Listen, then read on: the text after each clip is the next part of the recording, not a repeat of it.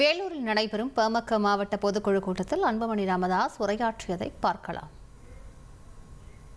இந்த பொதுக்குழு மிக சிறப்பாக நடைபெற்றுக் கொண்டிருக்கிறது.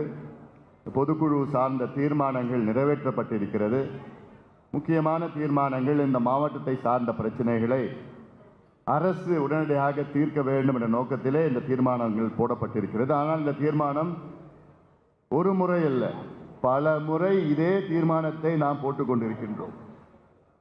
இதிலிருந்து என்ன தெரிகிறது என்றால், அரசு தூங்கிக் கொண்டிருக்கிறது, அரசு செயல்படவில்லை, முதலமைச்சருக்கு என்ன நடக்கிறது என்று தெரியவில்லை, தமிழ்நாடு பின்னோக்கி சென்று கொண்டிருக்கிறது, வளர்ச்சி தமிழ்நாட்டிலே கிடையாது, சட்டம் ஒழுங்கு எதுவும் கிடையாது, வளர்ச்சி என்றால் விவசாய வேளாண் வளர்ச்சி முற்றிலும் ஒடுக்கப்பட்டிருக்கிறது. அதற்கு பல உதாரணங்கள் என்னால் சொல்ல முடியும். பெண்களுக்கு பாதுகாப்பு இல்லை, மாணவர்களுக்கு பாதுகாப்பு கிடையாது, அண்ணா யூனிவர்சிட்டி சென்னையிலே படிக்கின்ற பெண் மாணவிகளுக்கு பாதுகாப்பு இல்லை, இன்னும் அடுக்கிக் கொண்டே போகலாம். இதற்கு ஒரு முடிவு வேண்டும். முடிவு வேண்டுமா வேணாமா? நிச்சயமாக வேண்டும். அந்த முடிவு தான் இப்பொழுது நாம் கையில் எடுத்துக்கொண்டிருக்கின்றோம். அடுத்தடுத்தாக நாம் பார்க்க இருக்கின்றோம். போதும், இவர்கள் ஆண்டது போதும். அதுவும் இப்போ நடைபெற்று கொண்டிருக்கின்ற இந்த மக்கள் விரோத திமுக ஆட்சி வீட்டுக்கு அனுப்ப வேண்டும். அதில் மாற்று கருத்தே கிடையாது. இங்கே உள்ளே நமக்கு மட்டுமல்ல, வெளியில் உள்ள மக்களுக்கும் சரி.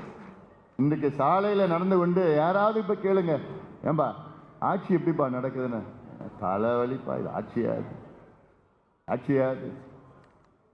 நான் சொல்லிட்டு டீசெண்டாக சொல்கிறேன், உங்களுக்கு தெரியல என்ன பேசுவாங்க. அப்படி நடந்து கொண்டிருக்கின்ற திமுக ஆட்சியை வீட்டுக்கு அனுப்ப வேண்டும். அதற்கு நம்முடைய இந்த பொதுக்குழு மட்டுமில்லை, இது தொடர்ச்சியாக அடுத்தடுத்தாக பல நிகழ்ச்சிகளை நாம் கையில் எடுத்திருக்கின்றோம். அதையெல்லாம் நாம் நடைமுறைப்படுத்த வேண்டும் என்ற நோக்கத்திலே இந்த பொதுக்குழு இங்கே கூட்டப்பட்டிருக்கிறது. முதல் கட்டமாக நம்முடைய கட்சியை இன்னும் பலப்படுத்த வேண்டும்.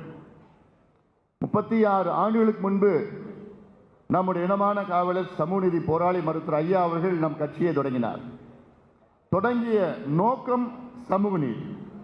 நம் கட்சியினுடைய அடித்தளமே சமூக நீதி. சமூக நீதி என்றால் சமூகத்தில் சமுதாயத்தில் உள்ள அடக்கப்பட்ட ஒடுக்கப்பட்ட அடித்தள மக்கள் முன்னுக்கு சமநிலைக்கு, அதாவது முன்னேறிய மக்கள் ஏதோ ஒரு நிலையில் இருக்காங்க. தமிழ்நாட்டில் முன்னேறிய சமுதாயங்கள் இருக்கிறது, பின்தங்கிய சமுதாயம் மட்டத்தில் கீழே இருக்கிறது. இந்த கீழ் இருக்கின்ற மக்கள் எப்போ இந்த நிலைக்கு போகிறார்களோ அதுதான் சமூக நீதி.